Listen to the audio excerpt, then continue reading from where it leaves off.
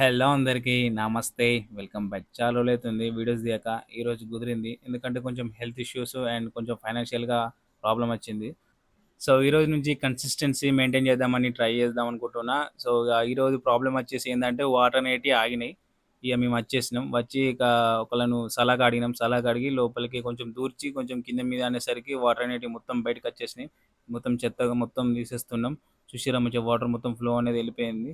వెళ్ళిపోతూనే ఉంటది. ఎందుకంటే అంతగానం వాటర్ అనేటివి ఆగినాయి అక్కడ.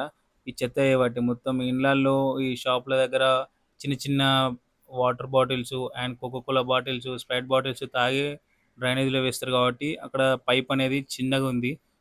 అందుకే వాటర్ అనేటివి ఆగినాయి. సో, క్లీన్ చేసినాం. క్లీన్ చేసినాక ఈ ఆఫ్టర్‌నూన్ 2-5 మన డ్యూటీ. ఈ 2-5 డ్యూటీలో ఏం చేసినామంటే మెయిన్ రోడ్‌కున్న గడ్డి అంతా చెక్కేసినాం. చూసిర్రా ఎంతగానం చెక్కినామో గడ్డి.